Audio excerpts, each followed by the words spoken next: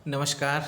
रतनपाल डोडियार, सहायक आचार्य हिंदी, हरिदेव जोशी, राजकीय कन्या महाविद्यालय बांसवाड़ा।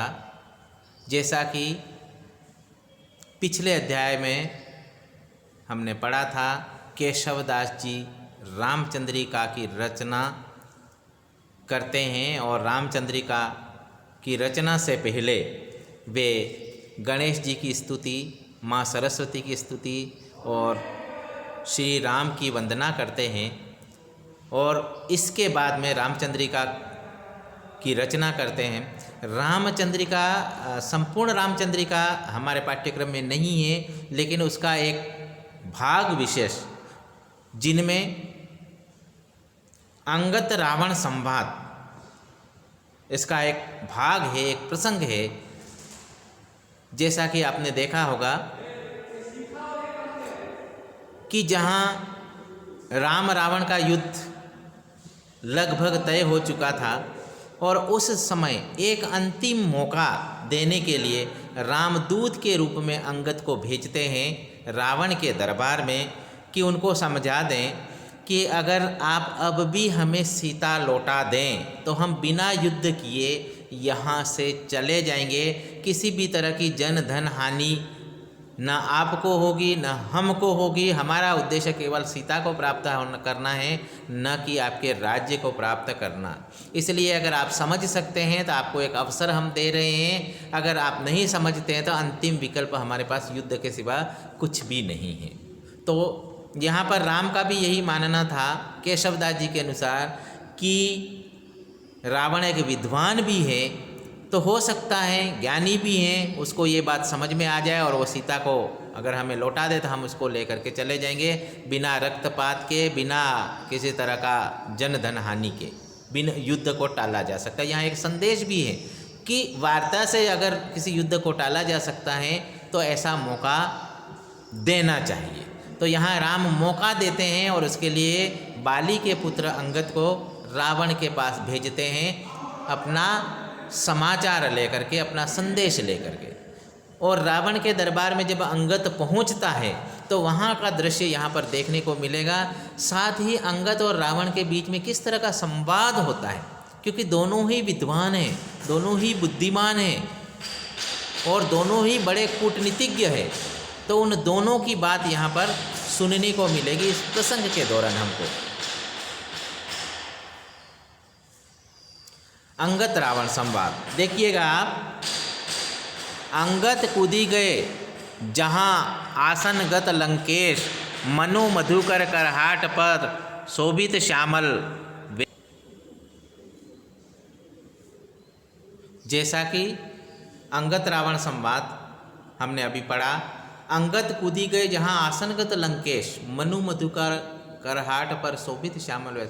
अंगत वहाँ पर छलांग लगा करके पहुँच जाते हैं जहाँ आसनगत अपने सिंहासन पर बैठा हुआ था लंकेश अर्थात रावण, और ऐसा वहाँ का दृश्य दिखाई दे रहा था। यहाँ पर अगर देखा जाए तो अंगत वहाँ जा करके अपनी पूँछ बना करके, पूँछ का ढेर बना करके रावण के बराबर के सिंहासन पर वो खुद भी बैठे थे। तो यहाँ पर एक अर्थ तो इसका ये निकल कर के आएगा कि मनु मधुकर करहाट पर मानो कोई भंवरा किसी कमल नाल के ऊपर विराजमान हो, इस तरह से श्यामल वेश का वह रावण बड़ा सुशोभित हो रहा था अपने सिंहासन पे। दूसरा अर्थ यहाँ ये निकल कर के आ रहा है कि मानो वह अंगद उनके सामने पहुँच गए और वहाँ बैठे, तो ऐसा दिखाई दे रहा था। मनु मधुकर करहाट पर मानो कोई भंवरा कमल नाल के ऊपर श्याम वर्ण में बड़ा सुशोभित हो रहा है। इस तरह का दृश्य यहाँ पर दिखाई दे रहा था। आगे देखिएगा प्रतिहार। प्रतिहार का मतलब तो जिसको हम कहेंगे कि एक परिचारक, संचालक सभा का। रावण के दरबार में हम देखेंगे तो वो संचालक जो होता है वह क्या कर रहा था, वो क्या कह रहा था। जैसे ही अंगद पहुँचे और उन्होंने सुना, उनके कानों में पड़ा, उन्होंने अपनी आंखों से देखा, वो कह रहा था प्रतिहार, पढ़ो भी रचि मोन वेद जीव सोर छांडी रे, कुबेर बेर के कहीं न जक्ष भीर मांडी रे, दिनेश जय दूरी बेटी नारद ही संग ही, न बोली चंद मंद बुद्धि इंद्र की सभा नहीं। अर्थात एक तरह से वह फटकार रहा था, वो डांट रहा था। और किनको डांट रहा था? पढ़ो वीरची, हे वीरची, हे ब्रह्मा, तुमको अगर वेद पाठ करना है तो मौन करो, इस तरह से बड़बड़ाने की जरूरत नहीं है। जीव शोर छांडी रे। और हे बृहस्पति, तुम भी शोर मत करो, तुम भी अनावश्यक आवाज मत करो। कुबेर बेर के कही ना, हे कुबेर, इसको कितनी बार कहना पड़ेगा? यक्ष भीड़ मंडी रे, इन यक्षों की भीड़ मत लगाया कर यहाँ पर। दिनेश जाई दूर बैठे, हे दिनेश, हे सूर्य, तुम उधर जाकर के दूर बैठो। नारद ही संग, वो नारद ऋषि और बैठे हैं, उनके आसपास बैठो। ना बोली मत चंद मंद बुद्धि, हे मंद बुद्धि, हे मूर्ख चंद्रमा, बार बार मत बोला कर। इंद्र की सभा नहीं, तू जिस जगह बैठा हो, जिस सभा में बैठा है, वो कोई इंद्र की सभा नहीं जहाँ तुम अपनी मनमानी से अपने कर्म करते रहो। ये रावण की सभा है, और रावण की सभा में तुमको ये इजाज़त नहीं है। इस तरह से बड़े बड़े देवताओं को उनकी सभा में डांटता हुआ प्रतिहार, वो एक संचालक जो एक वहाँ का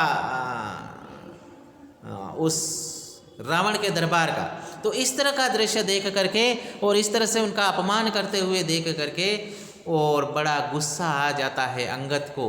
इसलिए यहाँ केशवदास जी के अंगद यूँ सुनी बानी, अंगद ने जैसे इस तरह की वाणी भाषा को सुना, उस प्रतिहार की, चित्त महारी सानी, उसके दिल में, उसके हृदय में बहुत गुस्सा आ गया।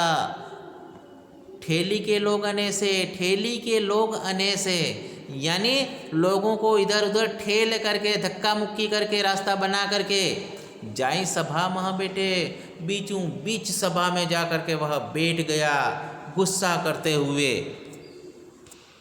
और जब बीचों बीच जा करके वह रावण के बराबर का सिंहासन अपनी पूंछ का बना करके बैठता है, तो रावण की दृष्टि जो है उस वानर अर्थात अंगद के ऊपर पड़ती है। और यहाँ रावण पूछता है, और क्या पूछता है?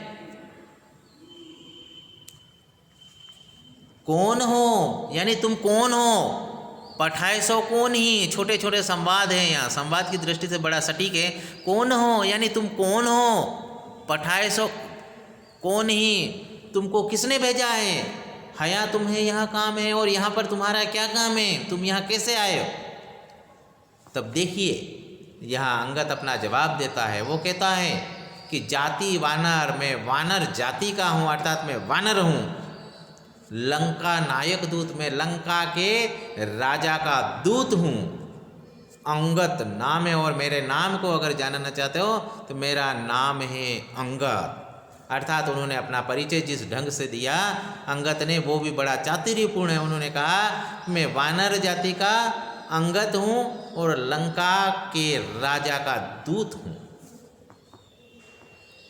तब यहाँ रावण सीधा सीधा के प्रश्न ना करके और फिर दूसरे ढंग से प्रश्न करता हुआ वो कहता है, कौन है वह बांधी के हम देह पूंछी सबे दही, यानी वह कौन था जिसका हमने बंधक बना करके बांध करके उसके शरीर को और उसकी पूंछ को जला डाला था, वो कौन था? यानी हमने तो एक वानर को जो यहाँ आया था उसको बांध करके उसके शरीर सहित उसकी पूंछ को जला दिया था, और तुम कौन से वानर हो फिर? तो यहाँ अंगद भी उसी चातुर्यपूर्ण ढंग से अपनी बात करते हुए कहता है, लंक जारी संगारी अक्ष गयो सो बात वृथा कही। लंका को जो वानर जिसकी तुम बात कर रहे हो, जिसकी पूंछ जलाई और जिसका शरीर जल गया, जिसको हमने बंधक बना लिया था, उस वानर ने तो हमको आकर के कहा कि मैंने लंका में जाकर के लंक जारी सारी लंका को जला दिया, संघारी अक्ष और अक्ष कुमार को जो रावण का पुत्र था उसको मार डाला, वध कर दिया। गयो सो बात वृथा कही, उसने वो बात झूठ बोला है क्या? या तो तुम सही हो या वो सही है। तो यहाँ देखिएगा रावण उसका उत्तर दिए बिना वो क्या कहता है, कौन के सूत, यानी तुम किसके बेटे हो? तो अंगद कहता है बाली के, मैं बाली का पुत्र हूं।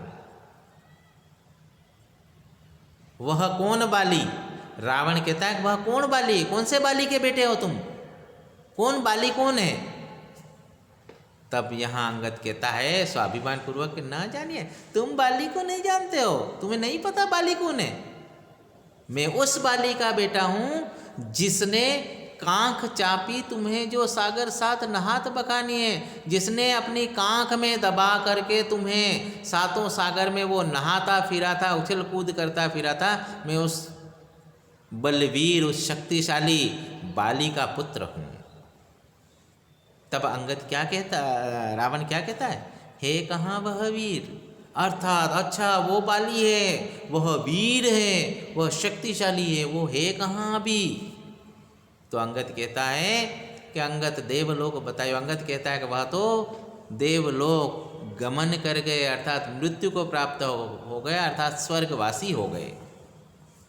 क्यों गयो? रावण कहता है कैसे मर गया, कैसे स्वर्गवासी हो सकता है वो। तो अंगद इसका उत्तर बड़े स्वाभिमान पूर्वक देते हैं। वो कहते हैं कि रघुनाथ बाण विमान बैठी सिधार्यो, यानी रघुकुल के राजा राम के बाण रूपी विमान पर सवार होकर के वह स्वर्गलोक को प्रस्थान कर गए। इस तरह से यह बड़े स्वाभिमान रूप से अपनी बात को स्वाभाविक ढंग से कहते हैं। अब यहाँ पर प्रश्न करता है रावण फिर उनसे कि लंका नायक हो, तुम कह रहे हैं कि मैं लंका नायक का दूत हूँ, तो लंका नायक कौन है? आज यहाँ तो राजा मैं हूँ, तो यहाँ का लंका का दूसरा नायक कौन है? विभीषण देवदूषण को दहे। यहाँ अंगद कहता है कि लंका का राजा है रावण, तू नहीं, यहाँ का राजा तो विभीषण है, जो देवदूषण को जो है देवताओं के दुश्मनों को समाप्त करने वाला विभीषण यहाँ का राजा है, तू यहाँ का राजा नहीं है।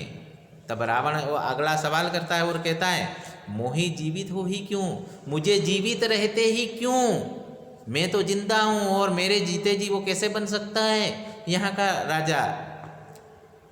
तो अंगद कहता है जग तो ही जीवित को कहे, संसार तुझे जिंदा मानता ही कहाँ है, तू तो मर चुका है।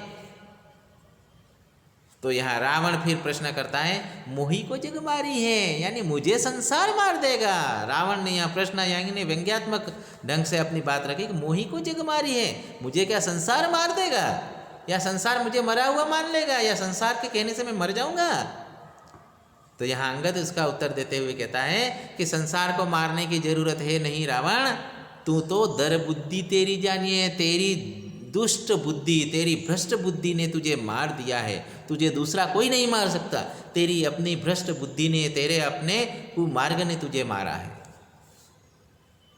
कौन बात पठाइयो कही बेगी, कही वीर बेगी बखानिए। यहाँ रावण समझ जाता है कि अंगद कोई कम नहीं है रावण के मुकाबले, इसलिए वो कहता है हे वानर कौन बात पठाइयो, किसने तुझे यहाँ भेजा है और किस लिए भेजा है।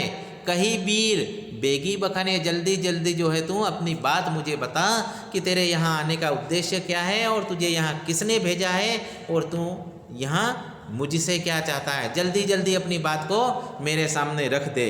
और इस तरह से अगर देखा जाए तो यह पद हमारे आज के यही समाप्त होते हैं। अंगद रावण का संवाद जो हमारा आगे जारी रहेगा, लेकिन फिलहाल आज के लिए बस इतना ही।